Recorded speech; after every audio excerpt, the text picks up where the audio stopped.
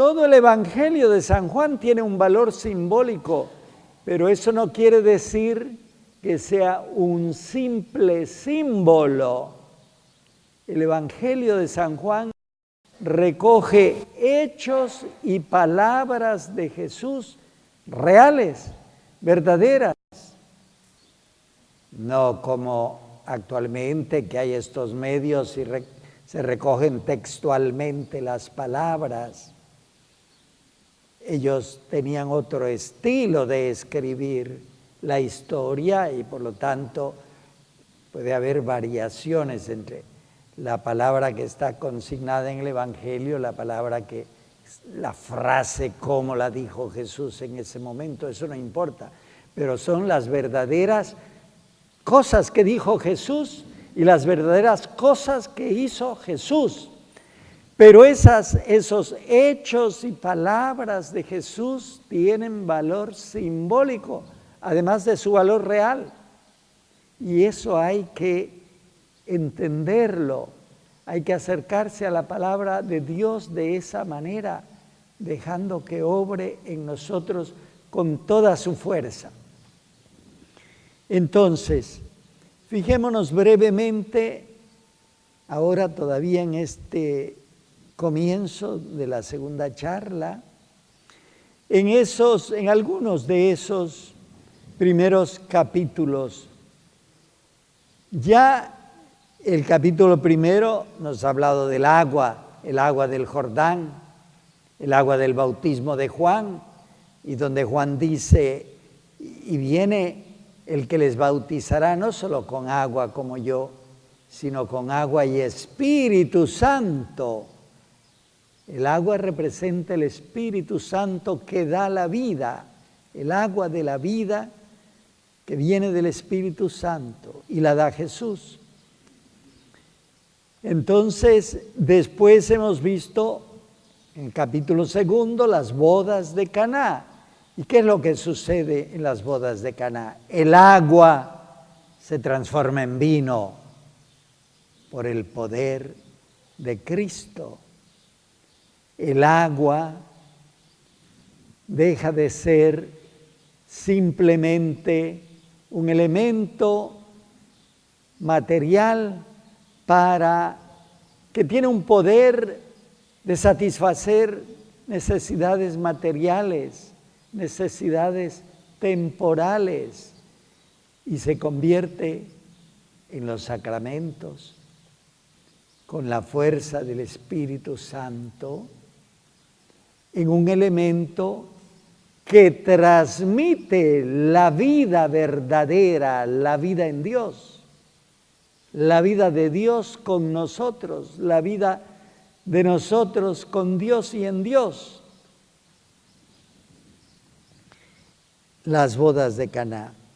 Después viene el capítulo tercero, donde tenemos la entrevista de Jesús con Nicodemo, aquel fariseo que tenía vergüenza de venir de día a ver a Jesús, y el día se opone a la tiniebla. Nicodemo estaba como estamos nosotros a veces, o hemos estado antes de que el Señor nos haya llamado, con temor de venir a la luz, y a lo mejor solo de noche, es decir, así a medias, así con miedo, nos hemos acercado a Jesús. Pero aunque sea así, Él nos acoge, Él oye lo que le decimos y Él nos dice otras cosas mucho más importantes, como fue el caso de Nicodemo. Él va, como era un hombre ilustrado, un doctor de la ley, maestro, sabemos que nadie puede hacer estas cosas que tú haces si no viene de parte de Dios. etcétera. Le comienza a hablar en tono de teólogo. Quiere ponerle preguntas de teología. Y Jesús le dice: yo te digo que si no naces de nuevo, no puedes tener la vida verdadera, la vida eterna. Le cambia totalmente el escenario, el tema a Nicodemo, y él entonces se defiende. ¿Cómo puedo yo volver al vientre de mi madre, nacer de nuevo? Y Jesús no se detiene en justificar lo que le ha dicho, sino que lo reitera. Yo te digo de verdad que quien no nazca de nuevo, de arriba, del agua y del Espíritu Santo, no puede entrar en la vida. Tú eres maestro de la ley y no entiendes estas cosas. Es decir, no te quieres abrir a la luz.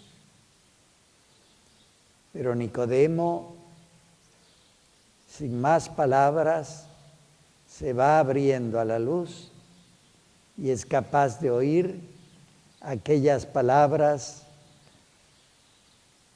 que son de las más sublimes que nos transmite el Evangelio de San Juan en este capítulo 3.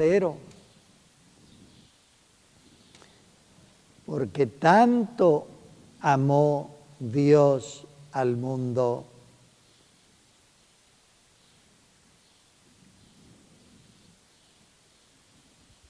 de tal manera amó Dios al mundo que le ha dado a su Hijo unigénito para que todo aquel que en Él cree no se pierda, sino que tenga vida eterna.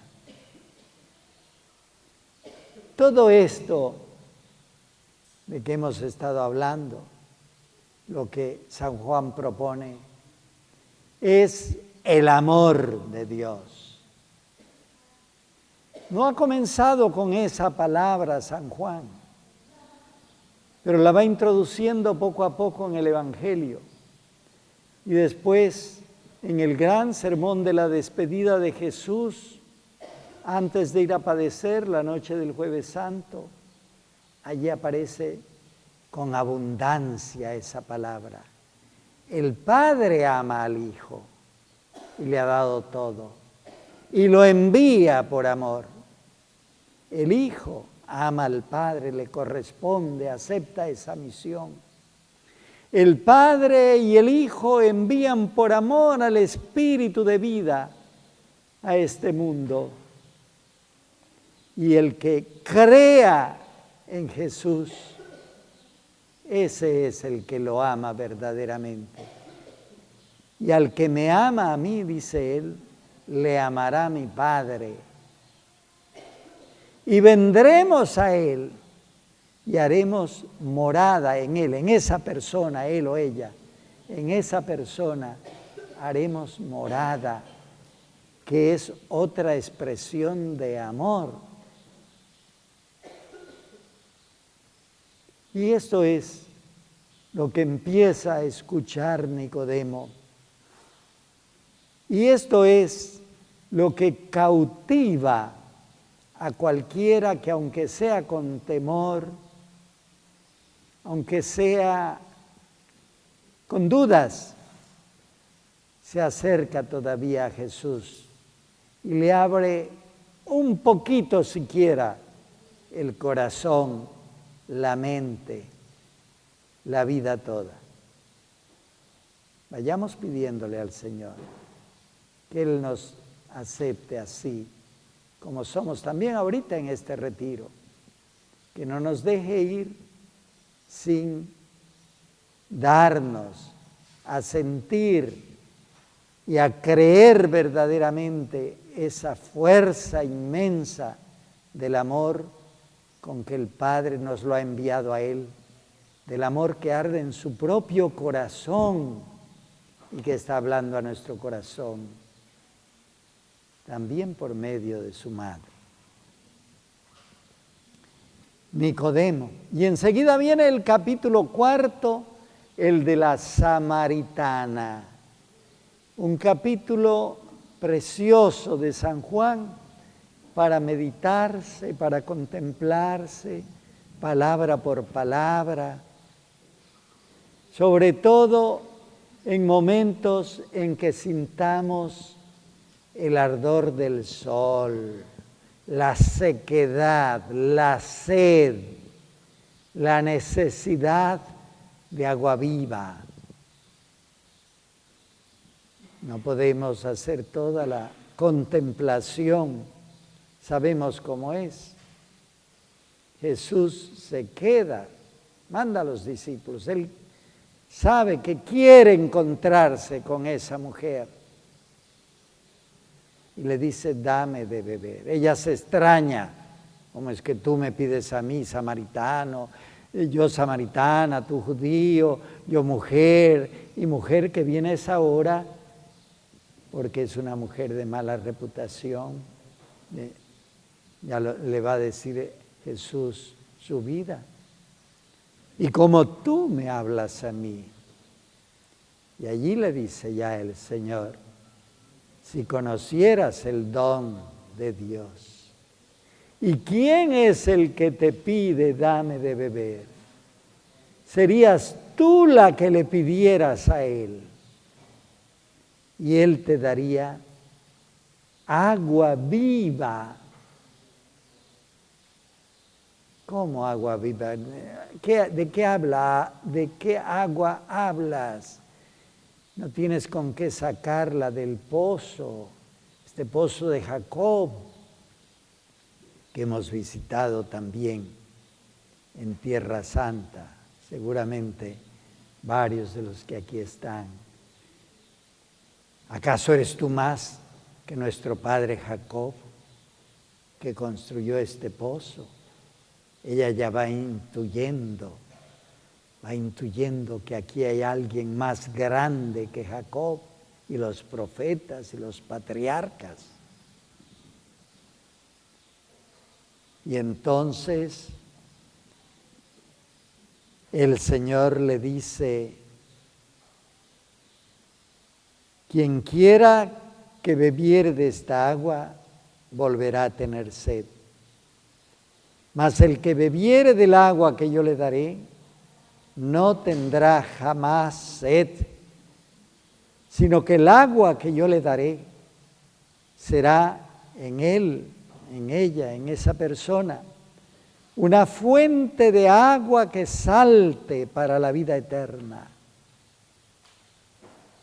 La mujer le dijo, Señor, dame esa agua para que no tenga yo sed, ni venga aquí a sacarla. Ya está conquistada. Ya es ella la que le pide. Y es Él el que cumple su palabra. Si tú le pidieras, Él te daría. Y ya le va a dar. Y para comenzar a darle el agua de la vida verdadera, requiere su conversión.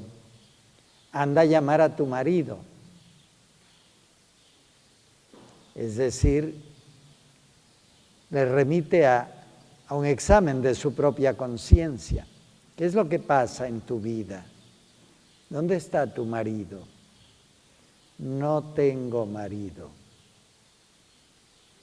Y él no le dice mentirosa, le dice, bien has dicho, no tengo marido, porque 5 maridos has tenido y el que ahora tienes no es tu marido. Esto has dicho con verdad.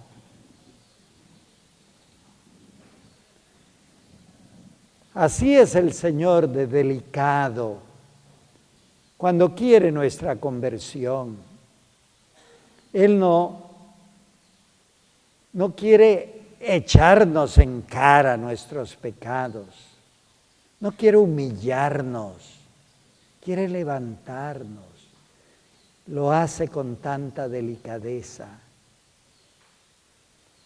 Cuando nos pide conversión sincera, una confesión bien hecha, no quiere atormentarnos, no quiere crear la inquietud, el miedo en nuestra vida, todo lo contrario, quiere darnos la paz, quiere sanar nuestras heridas, quiere reconstruir lo que hemos hecho mal, quiere darnos aquello que realmente hemos anhelado, pero que no hemos sabido alcanzar, lo hemos buscado mal, lo hemos intentado por caminos errados, y Él quiere recomponer todo eso hasta poder darnos el agua del Espíritu Santo. Entonces ella, como para enderezar un poco la conversación, le pregunta de esto, de una pregunta teológica. Ustedes los judíos adoran en Jerusalén, nosotros acá, ¿cuál es la verdad?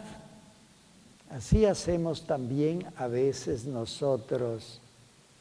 Antes de dar el paso de la conversión sincera, vamos poniendo preguntas, a veces teológicas, a veces sobre la Escritura, sobre los evangelios, sobre la iglesia, sobre los sacerdotes, que cómo es que un hombre perdona pecados y cosas de estas, y en el fondo es que no queremos aceptar la verdad de nuestra vida para dejarnos lavar esa verdad, para dejarnos purificar por el Señor que está ofreciéndonos el agua del Espíritu Santo. Y así Él le dice, sí, nosotros los judíos adoramos lo que conocemos, ustedes no conocen verdaderamente al Padre. Esa es la cuestión teológica, pero lo importante es que viene la hora en que los verdaderos adoradores adorarán al Padre en espíritu y en verdad. Esos son los adoradores que el Padre busca. Dios es espíritu. Está la revelación de la tercera persona divina en esta intercomunicación de una sola divinidad que se comunica y circula entre estas tres personas tan íntimamente unidas que son una sola divinidad, un solo Dios. Y esto es misterio de amor, no es misterio de matemáticas divinas, es misterio de amor. Solo el amor puede hacer esto, hacer de tres que son personas verdaderamente distintas, y por lo tanto hacer de mí, que soy tan indigno, tan distinto del Señor que me llama y me ofrece el agua de su Espíritu, hacer una sola cosa con Él. Porque esa va a ser la oración sacerdotal del Señor Jesús, la oración de la unidad, la oración de la verdadera vida en Dios. Padre, que todos sean uno, como tú en mí, yo en ti y el Espíritu Santo somos uno.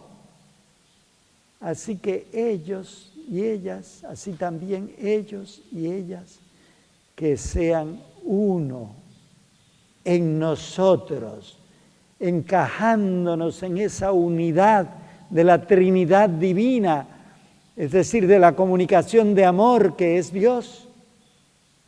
Allí Él nos hace también unos, nos introduce en el misterio del único amor comunicado en que consiste Dios. Y habría tanto más que decir, incluso sobre el final de este capítulo de la Samaritana, pero contentándonos con alusiones, tenemos que seguir adelante. El agua está en el capítulo siguiente, que es el capítulo de la curación del paralítico que está junto a la piscina, esa piscina donde el Señor, por medio de su ángel, hace curaciones, escuchando las oraciones de su pueblo, por medio del baño en el agua, que es también un signo, un símbolo de este baño del Espíritu Santo que Jesús viene a dar. Y aquel hombre dice, no tengo nadie que me ayude para llegar hasta el agua cuando baje el ángel a remecerla, cuando el poder de Dios se muestra allí. No tengo nadie que me ayude. Pero Jesús se presenta. Aquí estoy yo. No necesitas otro hombre sino este hombre Jesús. Y Él te lleva, a pesar de toda tu parálisis, de toda tu inmovilidad, de tu incapacidad de echar a un lado lo viejo y comenzar a andar en vida nueva. Aquí está el que te puede y el que te quiere dar el Espíritu que da la vida, el agua de la vida, y lo cura. Y una cosa muy semejante es el capítulo 9, la curación del ciego, que también sucede junto a la piscina de Siloé, junto al agua también. Y al ciego lo cura Jesús, haciendo como un poco de barro con el polvo de la tierra y la saliva de su boca, haciendo como un hombre nuevo, ya que el hombre antiguo, como dice el Génesis, había sido hecho del polvo de la tierra y del soplo de espíritu que le infundió el Padre Dios, el agua también. Pero entre estos dos capítulos que acabo de mencionar, el quinto, que es el del paralítico, y el 9, que es el del ciego, hay el texto más hermoso que tiene San Juan sobre la promesa del Espíritu Santo, que después el mismo San Juan relata cómo se cumple. En el capítulo 7,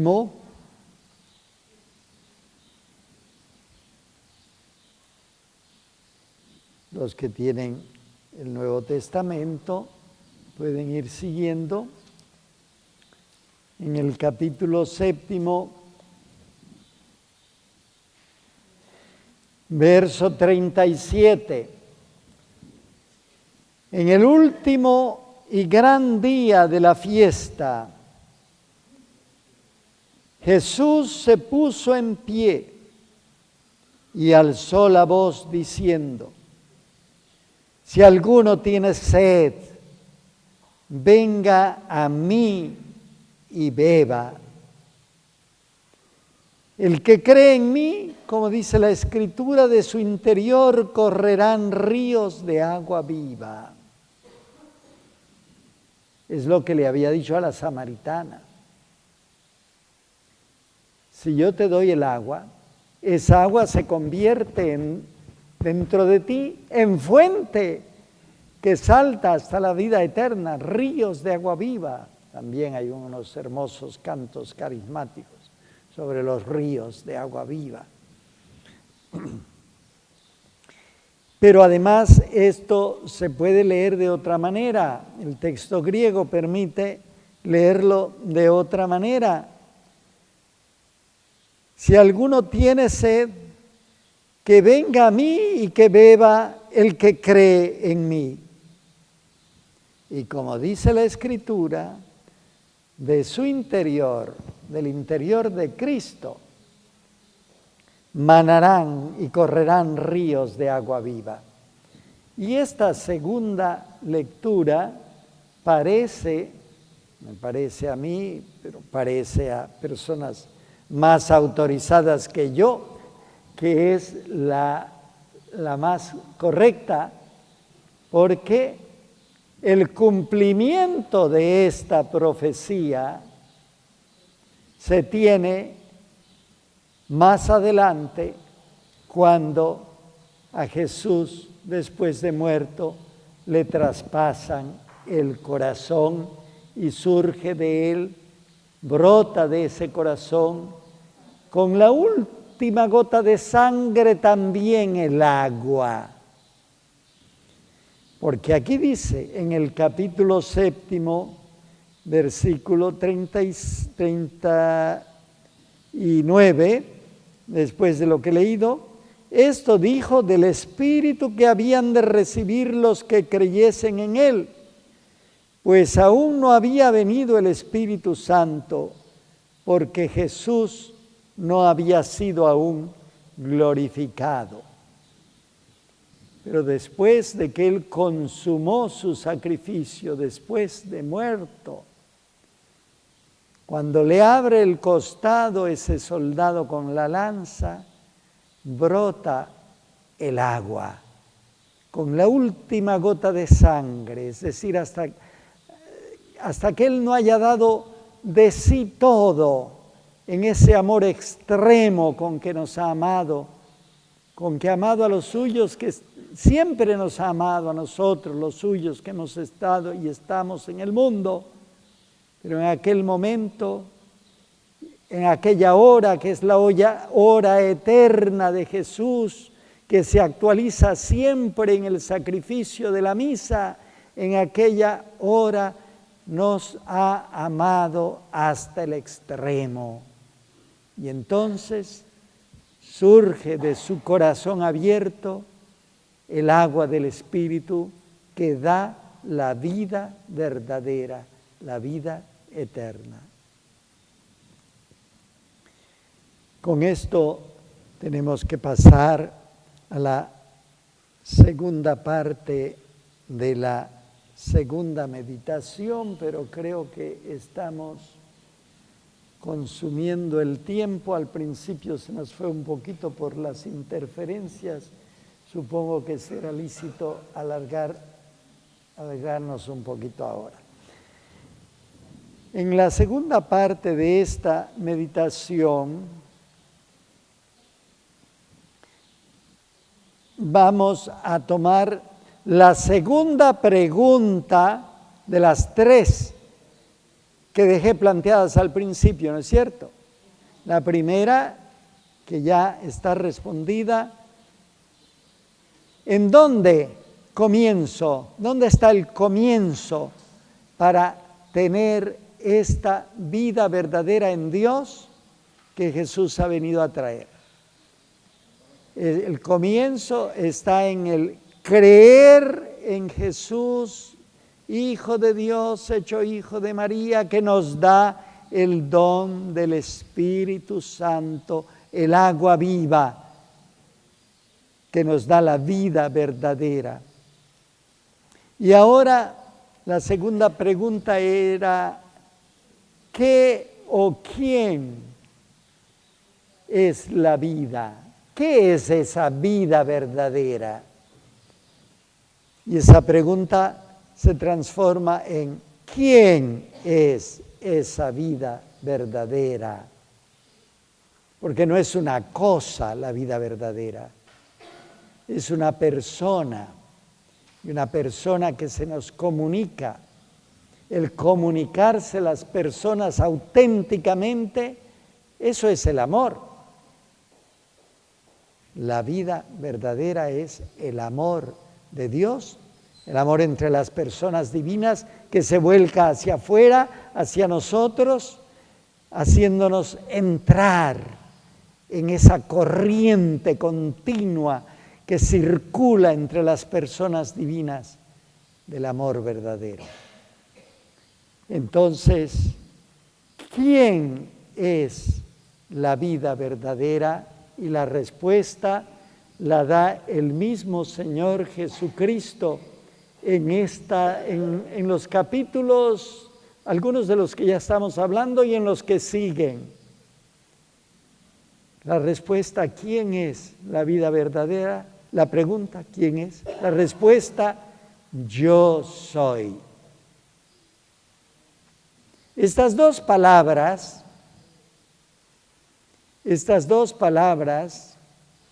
que corresponden a las 4 letras sagradas del hebreo son el nombre de Dios.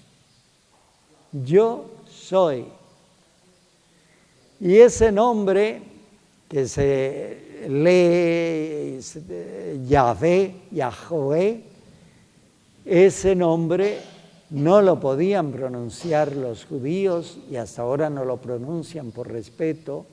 Y por cierto, haciendo un paréntesis, no debería hacerlo para no alargar, el Papa actual, Benedicto, ha dicho que por respeto a los judíos también se evite en las traducciones católicas usar el nombre de Yahvé y se diga, como siempre lo dicen los judíos, Adonai, o sea, el Señor, en vez de decir Yahvé, el Señor.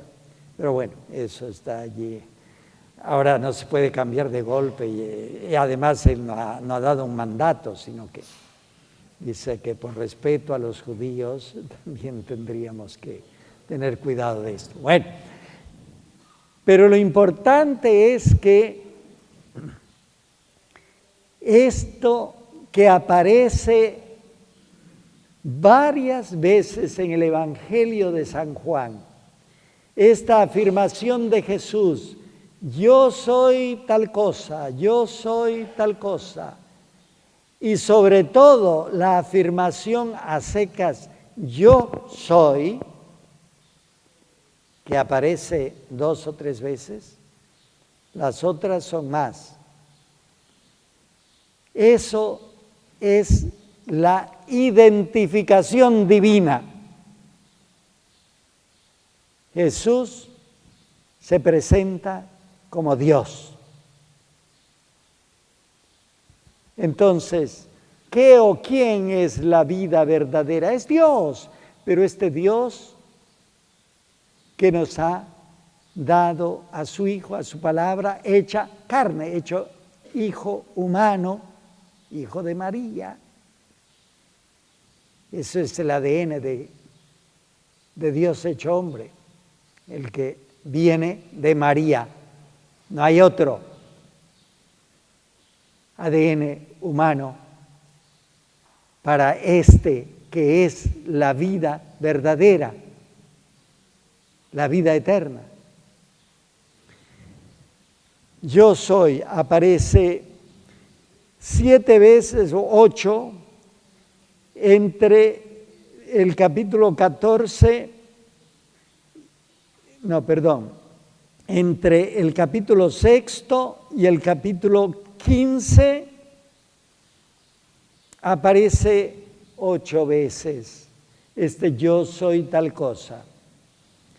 Y es muy interesante ir meditando el Evangelio de San Juan con este hilo conductor, con la identificación de sí mismo que nos presenta Jesús. Nos va describiendo ¿Cómo es esa vida verdadera en Dios? Que es Él mismo, pero Él mismo con su relación indisoluble al Padre y al Espíritu, por una parte, y a nosotros, por otra parte. Jesús no existe sin esta relación, la relación trascendente, en la cual, si fuéramos a hacer teología, aquí no vamos a hacerlo, que no es algo que tiene el Hijo, sino el Hijo es la relación al Padre y al Espíritu. Pero de eso, ¿verdad?, los teólogos que hemos tenido que rompernos la cabeza cuando nos enseñaban estas cosas, bueno, pero hoy no vamos a hablar de eso. Él es personalmente la relación al Padre y al Hijo y al Espíritu. El Padre es la relación al Hijo y al Espíritu. El Espíritu es la relación al Padre y al Hijo. Entonces, y con nosotros, al hacerse carne, Él ha querido ser también relación con nosotros. No existe Jesús sin su relación a nosotros. Y sobre todo ahora, después de su resurrección. Ya el Papa Juan Pablo II, en todas sus encíclicas, cita el número 22 de Gaudium et Spes, el Concilio Vaticano II, que dice que el Hijo de Dios, por su encarnación, en cierto modo, se ha unido con todo ser humano, con todo hombre que viene a este mundo, como dice el Evangelio de San Juan. Por su encarnación, Él ya está siempre unido a cada uno de nosotros. Y por su redención nos ha comprado y nos ha ofrecido la posibilidad de que esa unión nosotros la aceptemos, la confirmemos y la vivamos. Entonces, capítulo 6, yo soy el pan de vida. Es todo el hermosísimo y largo capítulo sobre la Eucaristía. San Juan no tiene el relato de la institución de la Eucaristía, porque el Evangelio de San Juan se escribió mucho después de los otros 3 evangelios sinópticos, y allí tenemos los 3 relatos de la Eucaristía. Antes de los 3 relatos de los sinópticos, ya estaba escrito el primer relato de la Eucaristía, que es totalmente coincidente, que lo había escrito San Pablo a los Corintios. Porque yo he recibido lo que también les transmito a ustedes, que el Señor Jesús, la noche antes de ir a padecer, tomó el pan, etcétera, etcétera, etcétera, y lo mismo el vino. Primer relato de la Eucaristía que tenemos, el de San Pablo. Después se escribieron los 3 evangelios sinópticos.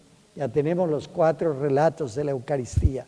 Cuando San Juan, ya hacia finales del siglo I, probablemente escribe el Evangelio, este que estamos leyendo, no cree necesario volver a contar el mismo relato, pero pone un capítulo central, que es el capítulo 6, sobre la promesa de la Eucaristía, que luego se cumple en la última cena, y al hablar de la última cena no pone lo de el relato de la Eucaristía, pero sí pone el lavatorio de los pies, que no habían puesto los otros evangelistas. Yo soy el pan de vida. En todos estos yo soy de Jesús que vienen en estos capítulos del Evangelio de San Juan, se usan imágenes de la vida cotidiana, de la vida de la gente para la que hablaba Jesús, de nuestra propia vida, porque ninguna de estas cosas pasan. Bueno, tal vez lo de las ovejas, como no estamos ya en una sociedad agraria y la gente que vive en la ciudad a veces no ha visto ovejas y rebaños de ovejas y no sabe lo que es el pastor, pero eso está en toda nuestra literatura, en nuestra pintura, etcétera, de tal manera que sigue siendo una imagen de nuestra propia vida. Pan de vida, capítulo sexto. Capítulo séptimo, ya lo vimos, que era contenía la promesa del agua viva. El capítulo octavo, yo soy la luz de la vida. Yo soy la luz de la vida. En él había la vida y la vida era la luz de los hombres, nos dijo el prólogo. Y todo este capítulo octavo desarrolla esto. Yo soy la luz de la vida. Y en el capítulo noveno, la curación del ciego que no tiene la luz para ver, hace en forma de drama esto mismo que Jesús está afirmando con sus palabras. Yo soy la luz de la vida. Y viene igualmente en el capítulo noveno, vuelve sobre esto. Y viene el capítulo décimo, el capítulo del buen pastor. Yo soy el buen pastor. Y en este yo soy de Jesús aparece ya su puesto a la cabeza de la iglesia, que es el pueblo de los creyentes y que es el instrumento para llevar el agua de la vida, el pan de la vida, la luz de la vida a todo el mundo. Yo soy el buen pastor que da la vida por sus ovejas. Y en este mismo capítulo décimo, como ya lo habíamos indicado, está ese verso central. Capítulo 10, número 10. Yo he venido para que tengan vida y la tengan en abundancia. Y así, bueno, en este mismo capítulo décimo hay también otra imagen muy unida con la del pastor. Yo soy la puerta del redil. El redil es el corralito donde están las ovejas. Yo soy no solamente el pastor de las ovejas, sino soy la puerta. Es decir, no soy uno que desde encima y desde lejos está cuidando su rebaño, sino es uno que abre su corazón para que por dentro entren y salgan todos los que quieran. Yo soy la puerta del redil, de las ovejas. Y así siguen los otros capítulos, de los cuales en este momento no vamos a hablar. Luego en la tercera charla, si Dios quiere, y ustedes tienen paciencia, hablaremos de eso. En el capítulo 11, la resurrección de Lázaro. Yo soy la resurrección y la vida. Yo soy la vida, pero soy la vida que se recupera después de la muerte y a través de la muerte. Yo soy la resurrección y la vida. Y en el capítulo 15, finalmente, Eso ya pertenece al gran discurso de la última cena. Yo soy la vid, la viña, la cepa, y ustedes son los sarmientos, los ramitos, donde tiene que brotar las hojas, las flores y sobre todo el fruto de la vid.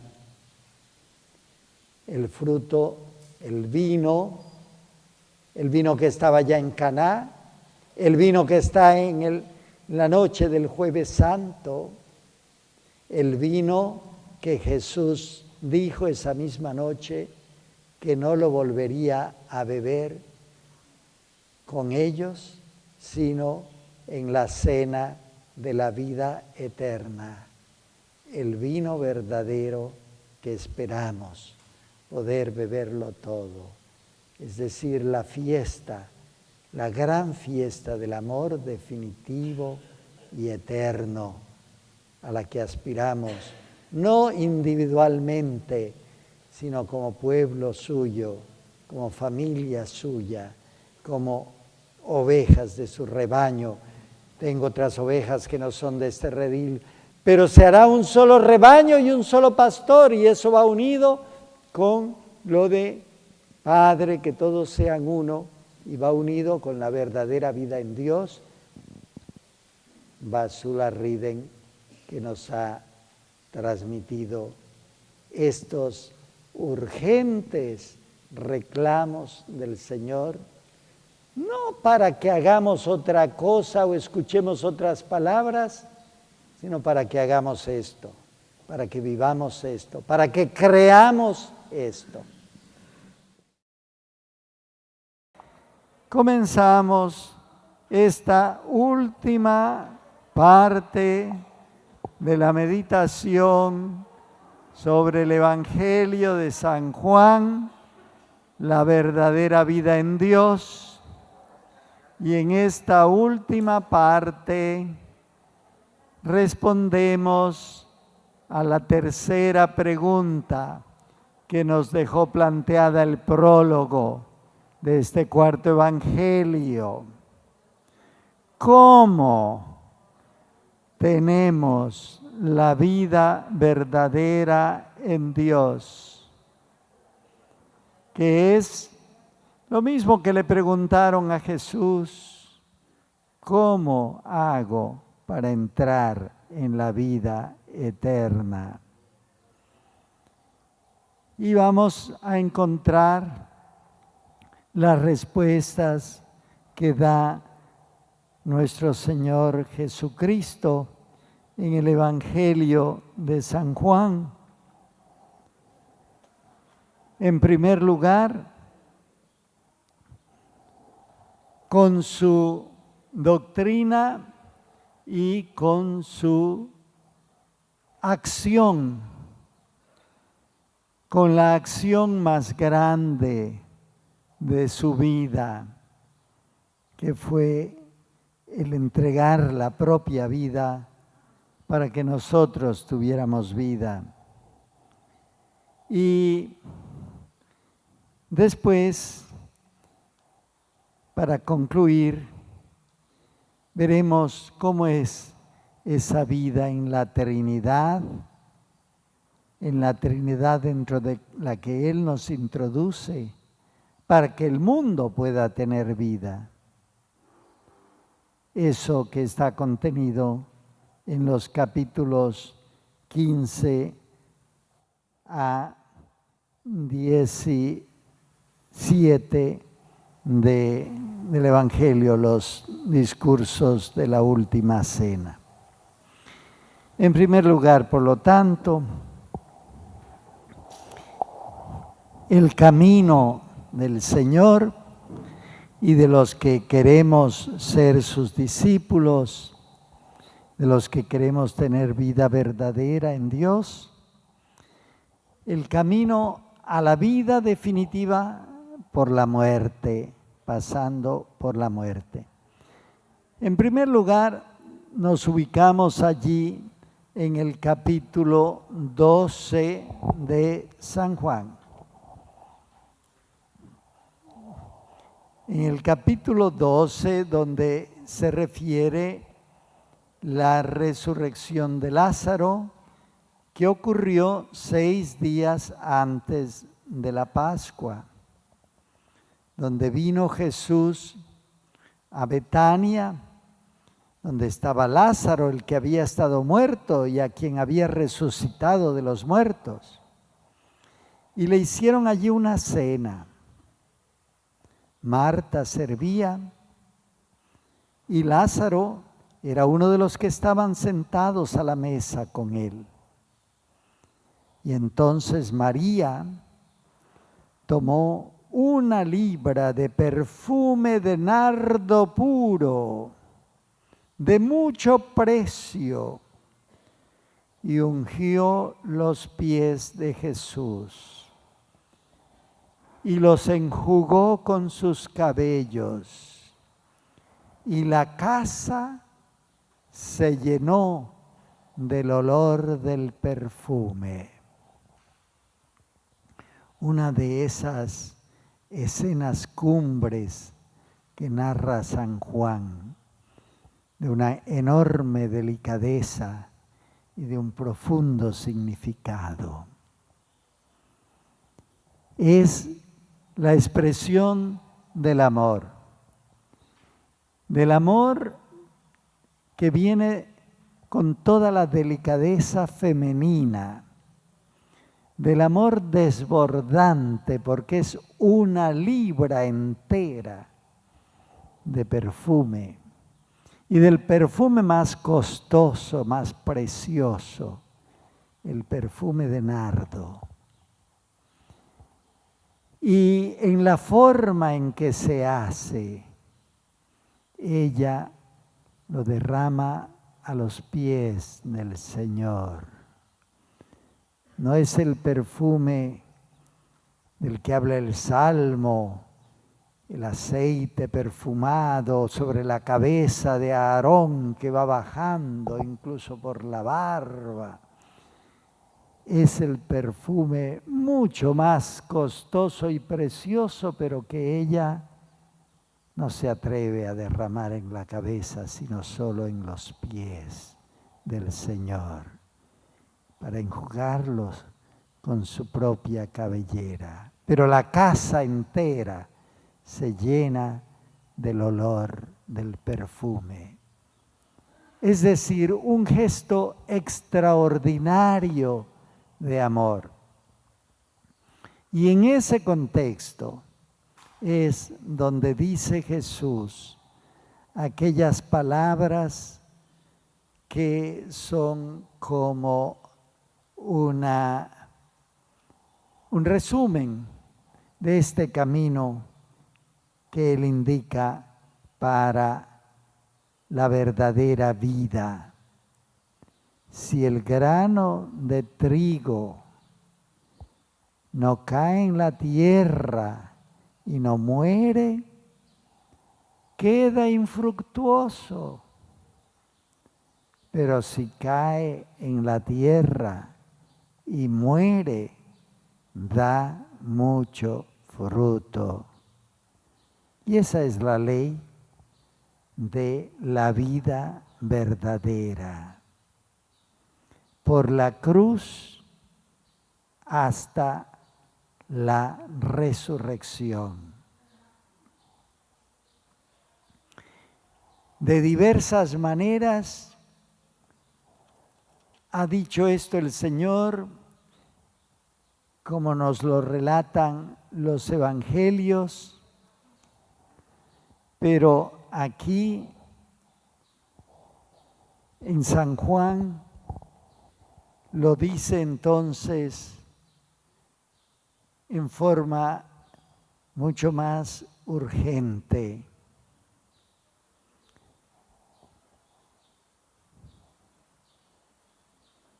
De ese capítulo 12 recogemos también aquel verso en que dice: voy al Padre. No, perdón, eso no es el capítulo 12, estoy errado en la cita. Son los capítulos siguientes. Desde el capítulo 13 viene la descripción de la última cena. Y ese capítulo se abre con el verso primero, una introducción también de extraordinaria solemnidad, donde se habla del amor de Jesús, que es la clave de este camino de la vida verdadera que pasa por el sacrificio, la entrega, la muerte, para poder llegar a la resurrección y a la vida eterna. Antes de la fiesta de la Pascua, sabiendo Jesús que su hora había llegado para que pasara de este mundo al Padre, como había amado a los suyos que estaban en el mundo, los amó hasta el extremo.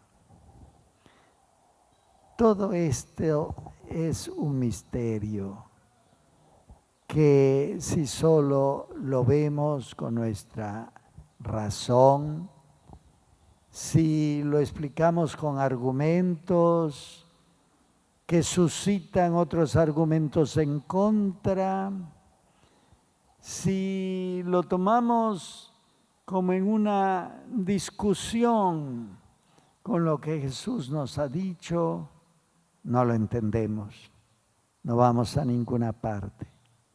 Solo cuando lo acogemos como el misterio del amor del Señor, entonces eso echa raíces en nosotros y esa palabra del Señor da su fruto, nos hace entrar en el camino del Señor, en el camino de la cruz, el sufrimiento para poder hacer la voluntad del Padre en todo momento, negándonos a nosotros mismos, tomando nuestra cruz de cada día, siguiéndole al Señor hasta la muerte, en la forma en que Él nos la quiera preparar y ofrecer. Y de esa manera acompañarle también en el misterio de su resurrección, que comienza ya desde ahora, porque ya desde ahora resucitamos, es decir, pasamos de la muerte del pecado a la resurrección de la vida eterna que ya comienza en nosotros. Ese capítulo 3, después de esta solemne introducción, contiene la descripción del lavatorio de los pies. Lo que hace Jesús y lo que manda a hacer a sus discípulos, esa es la ley de la vida verdadera. Si yo, que soy el Maestro y el Señor, porque ustedes me llaman así y dicen bien, porque yo soy el Maestro y el Señor. Si yo les he lavado los pies a ustedes, también ustedes tienen que lavarse los pies unos a otros, hacer el servicio más humilde los unos a los otros. El servicio que empieza por el perdón, por el abajarse, por el ponerse en el sitio de los otros, aunque espontáneamente nos creemos superiores. Creemos que nosotros tenemos razón, sabemos hacer mejor las cosas, acertamos con lo que hay que hacer en cada momento, y siempre hay otros que no lo saben hacer, que nos contradicen, que quieren ponerse encima de nosotros.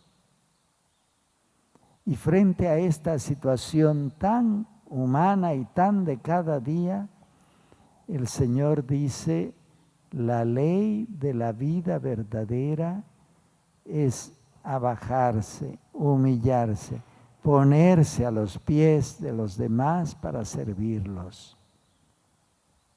Y el que se humilla será ensalzado. Y el que más se humilló, que fue él, que no le importó dejar su rango divino para tomar la condición de esclavo y más todavía para morir en muerte de cruz, como dice el capítulo 2 de la carta a los Filipenses, es el que más se humilló, fue el que más ha sido exaltado, con la exaltación que es capaz de comunicar esa misma forma de vida a los que se acercan a Él, a los que creen en Él. Y después,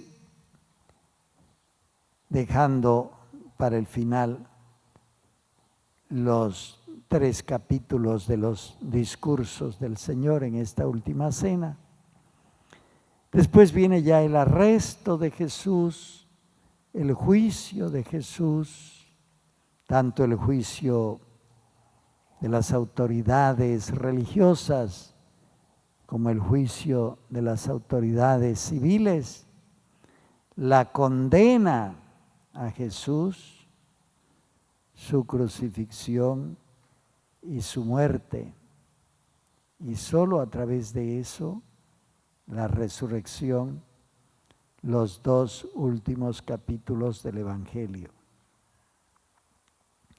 En estos capítulos aparece nuevamente, tanto en la parte dolorosa, digamos, de la cruz, como en la parte gloriosa de la resurrección, la autoidentificación de Jesús. Yo soy. En el arresto de Jesús, en el capítulo 18, está esa escena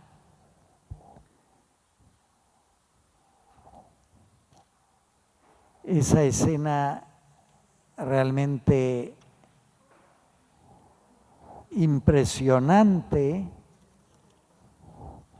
en que viene Judas al frente de los otros, con palos, con antorchas, con armas, y Jesús sale al frente y les dice: ¿a quién buscan? Y le responden: a Jesús Nazareno. Jesús les dice: yo soy. Y cuando les dijo yo soy, retrocedieron y cayeron en tierra. Es la identificación divina. Sí, aquí está, pero aquí está como el Hijo eterno de Dios, que ha venido a hacerse carne débil para poder ser entregado en manos de los pecadores, asumiendo sobre sí el pecado de todo el mundo para expiarlo, para quitarlo, para redimirlo. Volvió pues a preguntarles: ¿a quién buscáis? Y ellos dijeron: a Jesús Nazareno. Respondió Jesús: os he dicho que yo soy, pues si me buscáis a mí, dejad ir a estos. Con toda esa majestad divina, dispone Él de su muerte. Nadie me la quita, soy yo el que la entrego libremente. Y por lo tanto, llévenme a mí, pero dejen ir a estos. Y más adelante, cuando después de haber llevado a Jesús a los sumos sacerdotes, lo llevan ante Pilatos, viene la pregunta de Pilatos: te acusan de que eres rey, ¿cómo es esto? Y el Señor no da enseguida la respuesta, le hace caer en cuenta de que eso no se le ha ocurrido a él. Eso viene de los judíos que conocen las Escrituras. ¿Lo dices por tu cuenta o porque otros te han hablado de mí? ¿Acaso soy yo judío?, le dice Pilatos. Tu gente es la que te ha traído acá. Te han entregado a mí para que te juzgue. ¿Eres tu rey, el rey de los judíos? Y Jesús responde: sí, yo soy rey.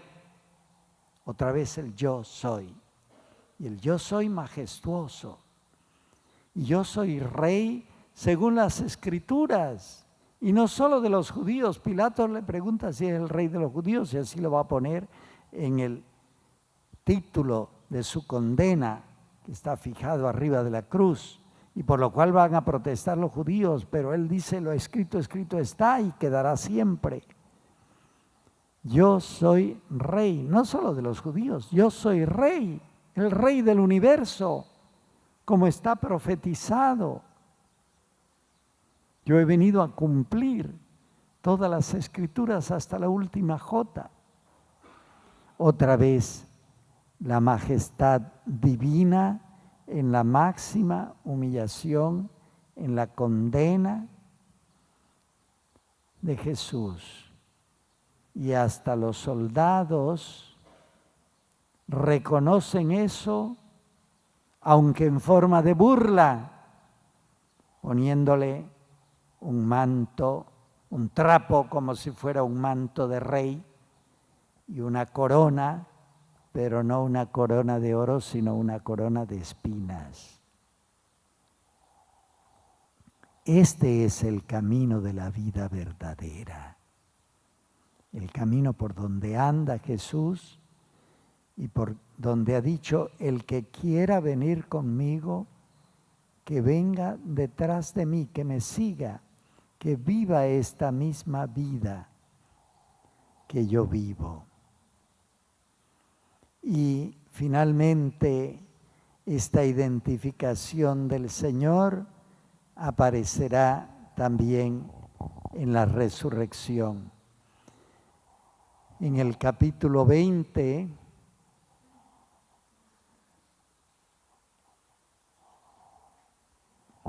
tenemos la escena cuando el Señor, la tarde del día de la Pascua, del día de la resurrección,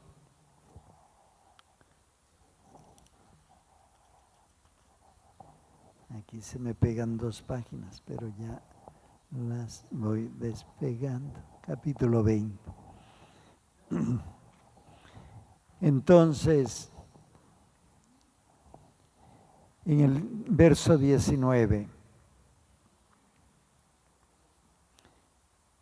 cuando llegó la noche de aquel mismo día, estaban las puertas cerradas en el lugar donde los discípulos estaban reunidos. Por miedo a los judíos, vino Jesús y, puesto en medio, les dijo: paz a vosotros. Y cuando les hubo dicho esto, les mostró las manos y el costado. Y los discípulos se regocijaron viendo al Señor. En los otros evangelios se refiere más ampliamente, con detalles, esto, y se dice que los discípulos no sabían qué hacer entre la alegría y el miedo. Y hasta creían que era un fantasma y les dice, no tengan miedo, yo soy. Significa, es el mismo que ustedes conocen, pero el mismo con toda la majestad de su persona divina, con todo el poder, que ya no está sometido al tiempo y al espacio, que sobre todo es capaz de comunicarse con todos y cada uno en cualquier tiempo y en cualquier lugar, sin las barreras que nos separan en esta vida terrena. Yo soy. Y por eso en el capítulo siguiente, el 21, que es el último, cuando aparece Jesús en la playa y ellos están pescando y les pregunta si han podido coger algo de pesca, Él les dice, ellos dicen no, simplemente un monosílabo que traduce el mal humor de toda esa noche pasada en vano, sin ningún resultado. Y Él les dice, como les había dicho antes, en aquella ocasión famosa de la pesca milagrosa, echen las redes a la derecha y encontrarán. Lo hicieron, porque mis ovejas conocen mi voz y yo las conozco a ellas. Y ya no podían arrastrar las redes por el peso de la cantidad de pescado que había en ellas. Y entonces es cuando Juan, el que escribe esto, y lo describe con todos los detalles, exclama, es el Señor, es Él. Eco de las palabras del Señor, yo soy, no tengan miedo, es el Señor, no tengamos miedo. Y se lanza Pedro como se había lanzado en otra ocasión, pero esta vez ya sin dudar, con la fe confirmada, se lanza respetuosamente, poniéndose el manto, y se lanza al agua con el manto por respeto al Señor. Y nadie se atrevía a preguntarle, ¿quién eres? Dice aquí San Juan,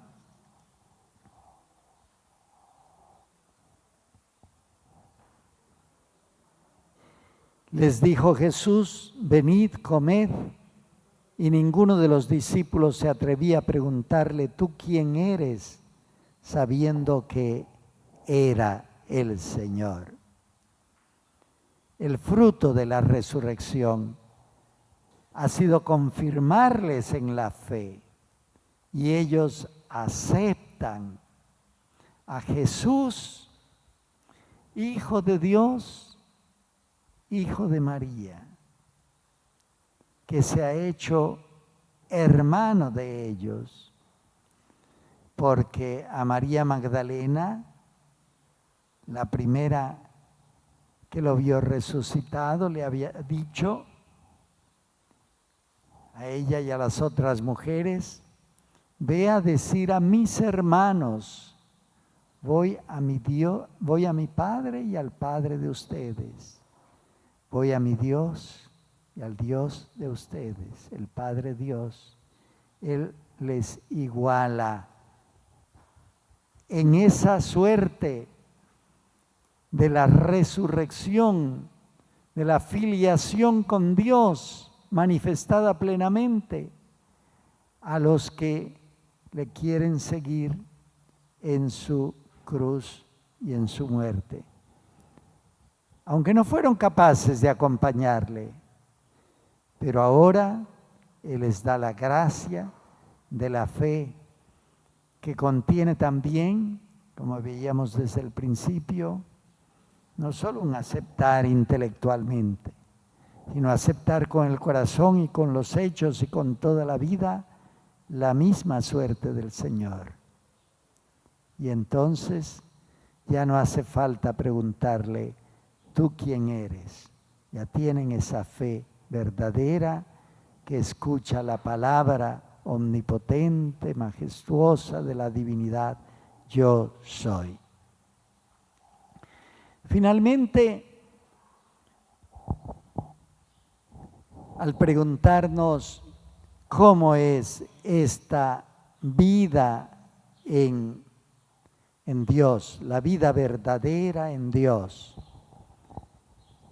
conviene volver a esos capítulos por encima de los cuales pasamos hace un momento, que son los capítulos 15 a 17 de San Juan, es decir, el discurso o los discursos de la última cena,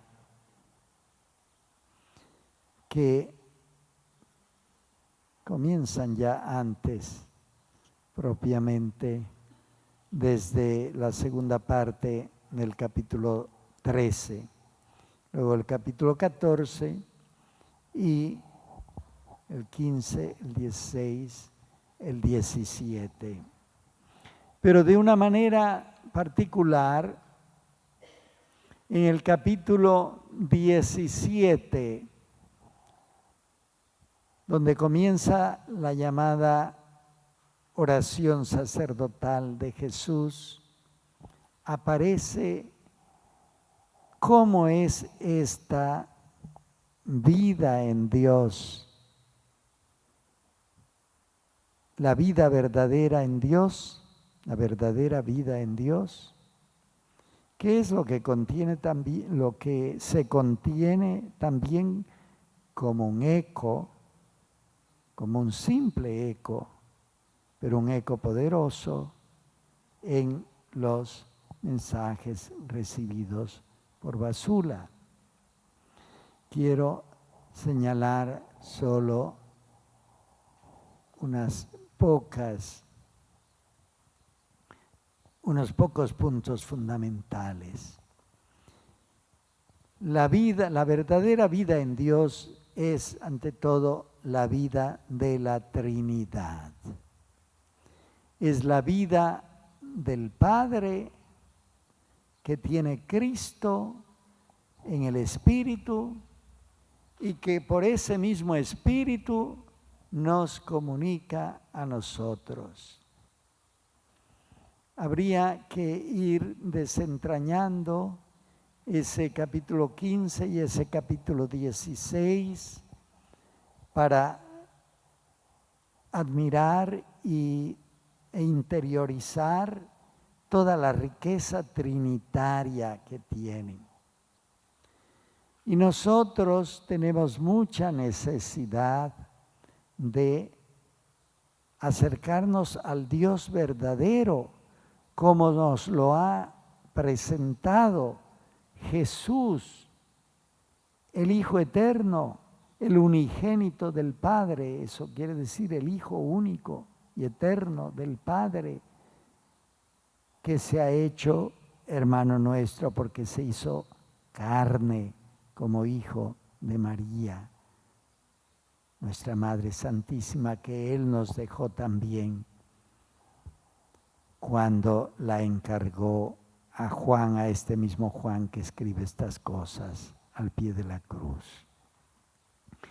Yo creo que una de las riquezas de estos mensajes, que naturalmente no tienen el mismo valor, ni muchísimo menos como la palabra de Dios, pero una de esas riquezas es que sabe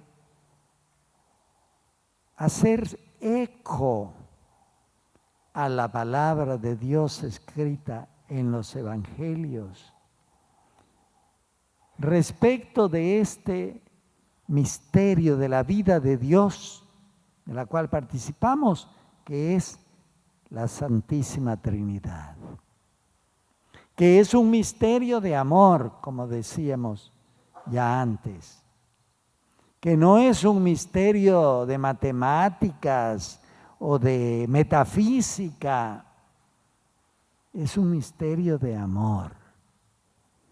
Dios es en sí mismo comunidad de personas que llegan no llegan a, porque no es un proceso, pero que constituyen la unidad perfecta, perfectísima, siendo diversidad, cada persona distinta de las otras dos, pero distinta en su relacionalidad, no distinta en el aislamiento. Y en esa manera de ser Dios, que es la manera verdadera del amor, allí nos introduce el Señor Jesucristo. Como el Padre que me ha enviado está en mí, el Padre tiene vida y me envía a mí, y yo vivo por el Padre, así el que me recibe, el que cree en mí, vivirá por mí en el Padre. Lo amaremos el Padre y yo, y haremos morada en esa persona. Y lo mismo al hablar del Espíritu. El Padre me ama y por eso me lo ha dado todo y me ha dado la plenitud del Espíritu. Y de ese Espíritu que me da mi Padre yo les doy a ustedes para que vivan movidos por ese mismo Espíritu como yo vivo por el Padre a través de su Espíritu. Estos misterios inmensos habría que irlos desentrañando, a leer pausadamente, meditando y contemplando las palabras de estos capítulos de San Juan, y de eso se hace eco el mensaje que da el Señor a Basula. Porque la Iglesia dice, no hay ninguna revelación privada, mensajes, apariciones que puedan superar, ir más allá de lo que Dios nos ha hablado en su propio Hijo.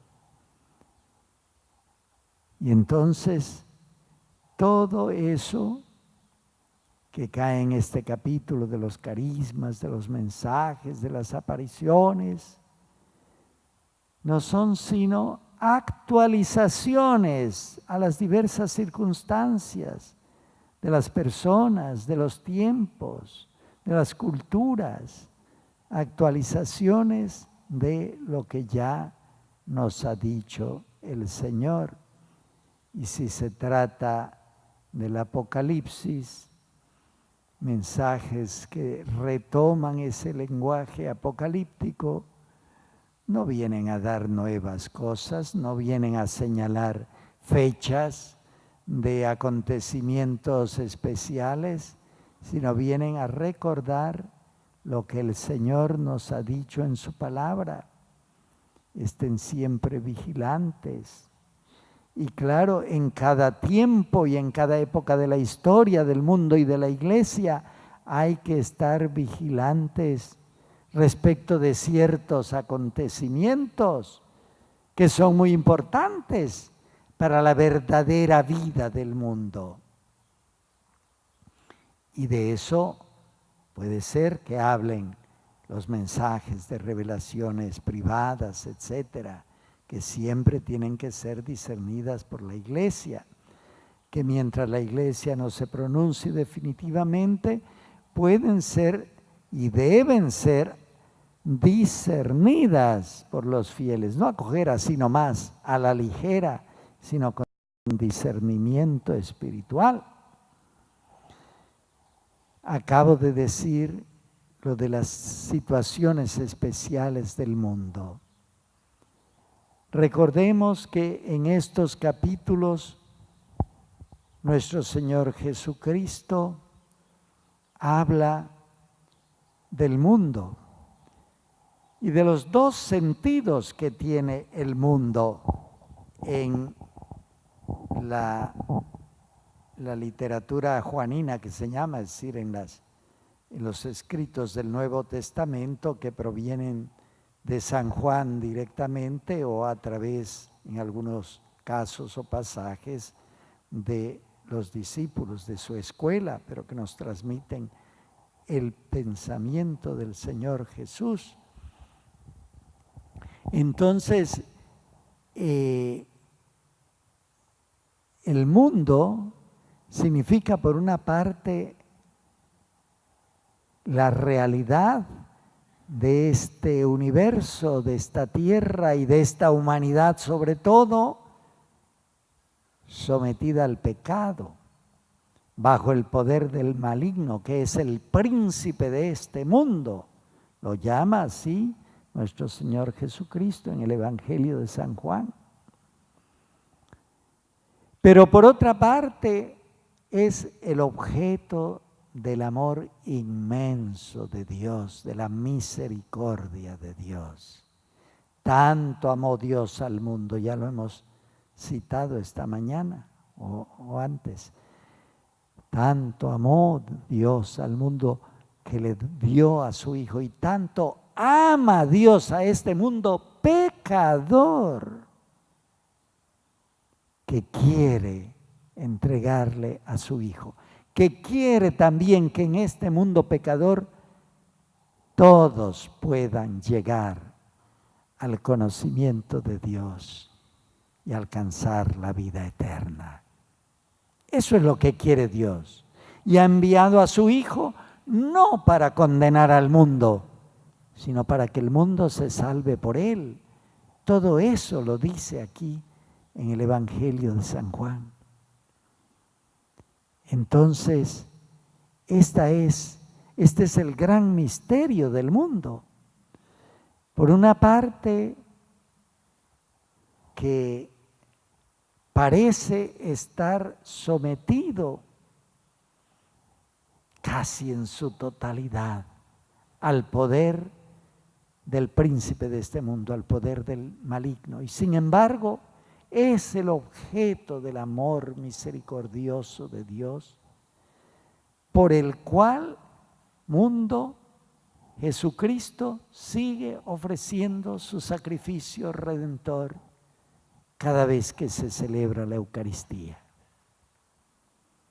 Y por lo tanto, nosotros tenemos que vivir de acuerdo con los consejos que da el Señor en estos mismos discursos de la última cena y en otros lugares, guardándonos del mundo, guardándonos del contagio del mundo.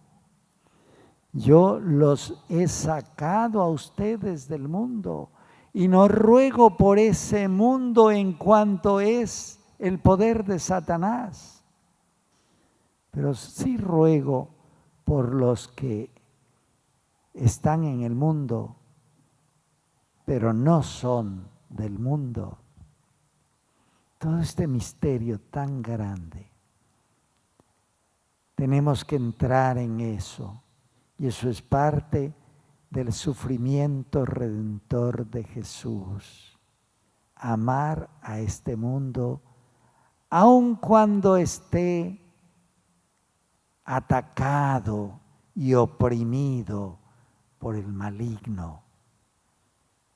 Amar con misericordia y humildad a este mundo. Para vida del mundo. ¿Qué dice el Señor en esa oración por la unidad?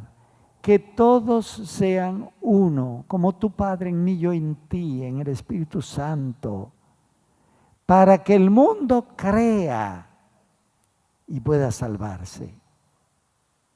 La unidad de los cristianos es no para que estemos contentos celebrando nosotros entre nosotros, superando las divisiones, que bien, y hay la paz. Es para que el mundo crea, es para que todo ese mundo oprimido por el maligno pueda salir de esa opresión. Todo esto es la verdadera vida en Dios. Y finalmente, la vida eterna. La vida eterna, que no es algo que va a venir allá, después quién sabe cuándo. Por una parte, comienza ya en este mundo con todos los que creen verdaderamente hasta tener la verdadera esperanza y el verdadero amor.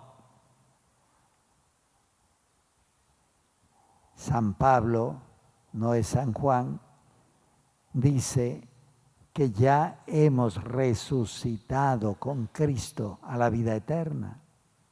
San Juan expresa eso mismo de muchas otras maneras. Lo que el Padre me ha dado, nadie lo arrebatará de mi mano. Es un amor eterno el que nos tiene en manos de Cristo, en el regazo del Padre, bajo el soplo del Espíritu Santo. Ese amor es eterno, no se destruye por parte de Dios. Y por lo tanto, si nosotros no lo destruimos, es la vida eterna ya aquí, en este mundo. Y si no lo destruimos, se continuará la gloria. Cuando ya pase la fe, no es más que la posesión de aquello que ahora ya tenemos, pero no vemos. Ahora ya somos hijos de Dios, dice el mismo San Juan, pero en su carta, no ya en la primera carta, no ya en el Evangelio. Ahora ya somos hijos de Dios, pero todavía no ha aparecido lo que seremos. Pero ya lo somos, ya la vida eterna está en nosotros. ¿Cómo tiene que ser esa vida nuestra? ¿Cómo nos la ofrece Jesús? No tiene que ser según nuestros esfuerzos, nunca nuestros esfuerzos podrán lograrlo. Simplemente la aceptación en la fe, en la esperanza, en el amor de aquello que el Señor nos está ofreciendo. Tiene que ser y es esa vida de perfecta conformidad con Cristo, con el Maestro, con el Señor, siguiéndole en su cruz, en todos los aspectos de su vida y de su muerte, y así estar ya desde ahora resucitando, pero siempre en la vigilancia, en la esperanza y en el deseo ardiente de que venga el Señor, de que pase esta opresión del mundo bajo el poder del espíritu del mal y que venga el Señor a reinar en este mundo. ¿Cómo? ¿Cuándo? Eso no lo sabemos. El Señor dice, vengo pronto. Lo dice en el Apocalipsis del mismo San Juan. ¿Qué quiere decir ese pronto? Que nosotros tenemos que estar despiertos en cada momento y en cada situación. Que el mundo tiene que estar preparado. Que nosotros tenemos la responsabilidad de que el mundo esté preparado para la llegada del Señor. Pero nosotros desearlo ardientemente. Ven, Señor Jesús, que esas son las últimas palabras de San Juan en el Apocalipsis y de todo el Nuevo Testamento. Y con eso creo que tenemos que acabar ya nuestra charla. No quiero que aplaudan, quiero que hagamos una oración para acabar. Primero, un instante de silencio para decir en nuestro corazón al Señor Jesús: gracias. Gracias por todo lo que nos has dado. Gracias por esta palabra tuya que nos comunica tu discípulo amado, tu apóstol, San Juan, el evangelista.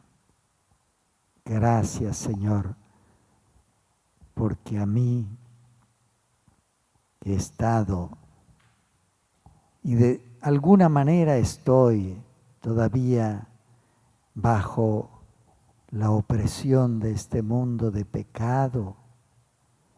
Me has rescatado para la verdadera vida en Dios, para la vida eterna. Alma de Cristo, santifícame. Cuerpo de Cristo, sálvame. Sangre de Cristo, embriágame. Agua del costado de Cristo, lávame. Pasión de Cristo, confórtame. Oh mi buen Jesús, óyeme. Dentro de tus llagas, escóndeme. No permitas que me aparte de ti.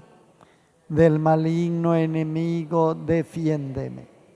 En la hora de mi muerte, llámame y mándame ir a ti, para que con tus santos te alabe por los siglos de los siglos. Amén. Al Señor Jesús, al que nos ha trasladado del poder de las tinieblas al reino de su luz indeficiente, todo honor y toda gloria, y por eso le damos un aplauso.